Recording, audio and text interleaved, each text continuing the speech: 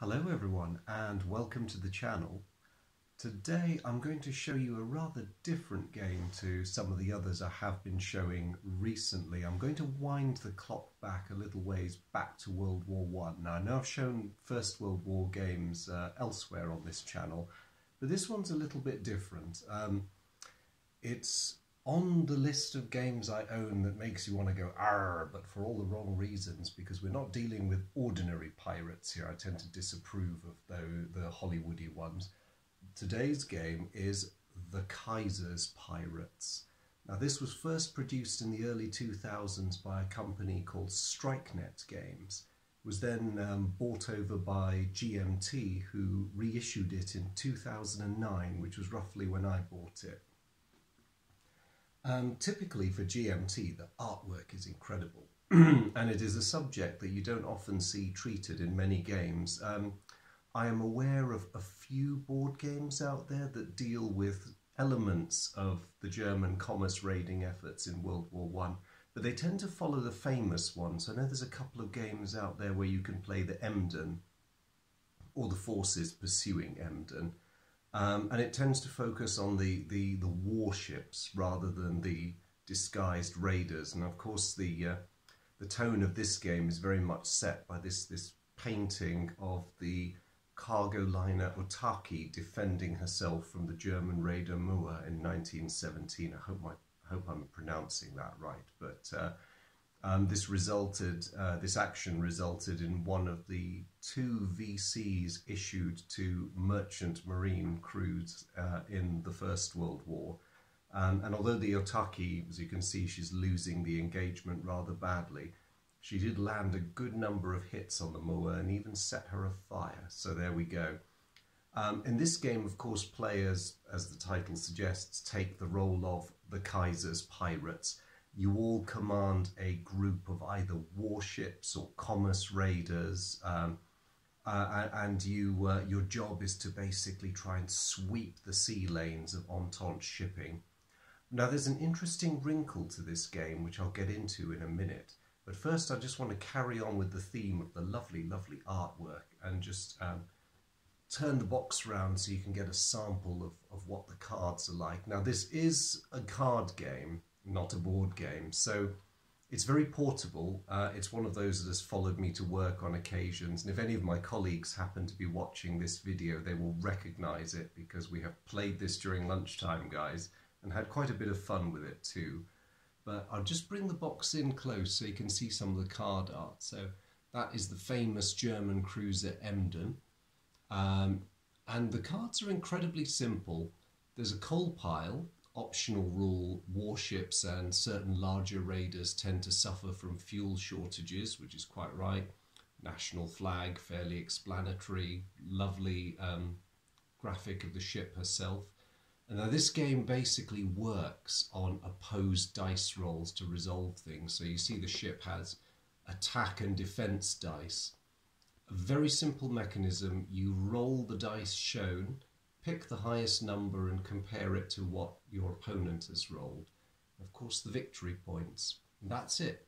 That's all you need to know on the ship card. There are also action cards, split function. So you've got an action there and you have what's called an intercept there. So you use these cards to give orders to your vessels. You can use them as random events. You can use them as surprises. Some of them are reaction cards, some of them are support cards.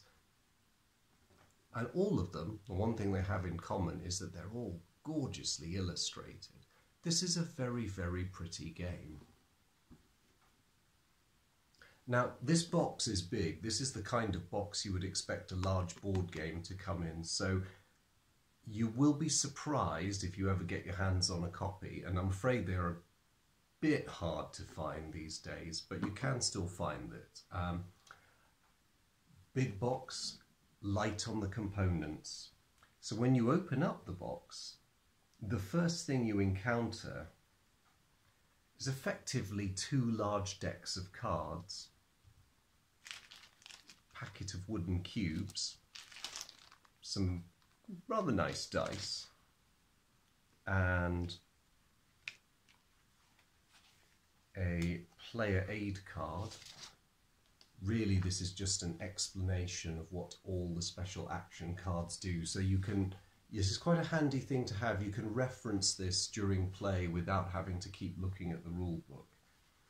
And then your classic GMT rule book, nicely presented, a fair bit of text, but for a card game, but very nicely illustrated, good examples.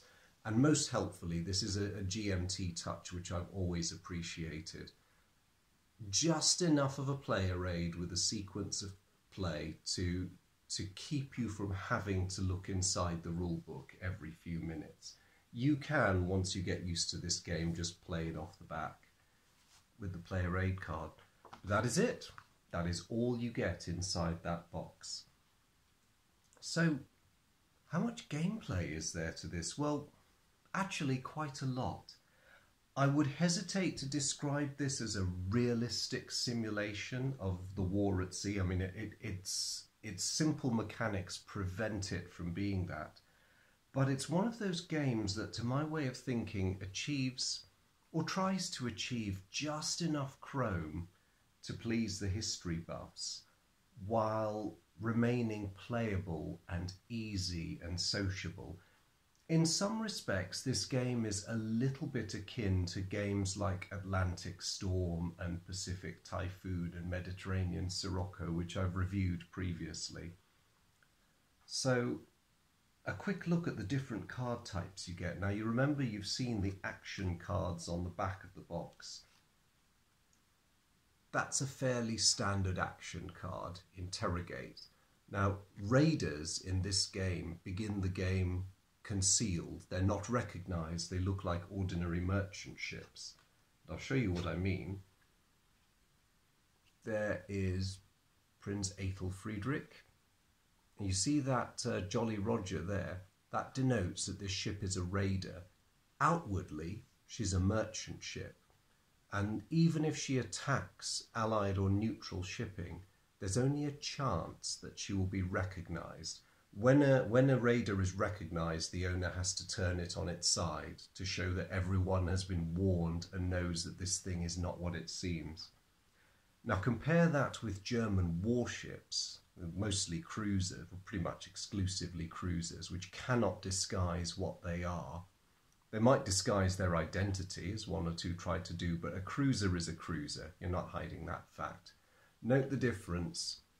Warships don't have the raider flag. They are instantly recognisable and can be attacked at will. And you get an interesting variety of raiders. Most of them are bog standard merchant ships, or as close as one comes to it, but you do get the German sailing raider Sea Adler, which ironically enough began her life as the Pass of Balmaha before she passed into German ownership. The only sail-driven, as far as I know, commerce raider of the First World War, and a surprisingly successful ship until she was wrecked. You get to play her. You also get the Wolf, which was probably one of the most advanced disguised raiders of her day. As you can see from the card icon, she not only has mine-laying capability, she has her own organic aircraft. Now, how forward-thinking was that? This thing could scout for victims with her plane or receive timely early warning if something big, nasty and heavily armed was over the horizon. Very nice ship to have. But I get ahead of myself. So the action cards. So this particular one, Interrogate, allows you as a player to try and find out whether you can identify one of your enemy's ships, particularly if it's a pesky one like that who's pretending to be an innocent merchant ship. So as you can see, you've got the dice there for a challenge and response. And there's also an attack rating. So this Interrogate card represents an Allied warship. If you successfully unmask the raider, you can then attack it. Now, the outcome is not important in the sense of is the Allied ship sunk or not. What's more important is does the German raider escape without damage? So this is one thing you have to bear in mind when playing this game. There's not that much satisfaction to be had as the Germans over the question of whether you sink Allied patrol vessels or not. In a way, that's not your mission. Your mission, and what you get points for, is destroying these, the named British, American, Russian, French. So you can see from the card back, all nationalities, but your job is to disrupt your enemy's oceanic commerce. These are what you get points for. So that then begs the question of why do the German ships have victory points on them as well? And we come now to a very clever part of the game indeed, because the answer is you all play the Germans. You also all play the Entente powers, primarily the Royal Navy, really. And the Royal Navy, like the agents in the Matrix, are everywhere and nowhere. So as a player, you start each game with 3 raiders or warships and 3 merchant ships in your shipping pile. You will be trying to pick off the merchant ships in your enemy's pile and also their warships.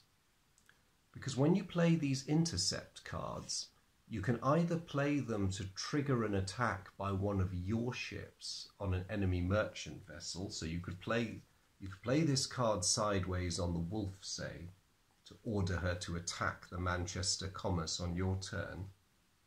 Or if you have an enemy player who has either got a recognized raider in his force or a warship, you can play that simply on its own as an intercept card, and it represents a Royal Navy vessel attacking the target.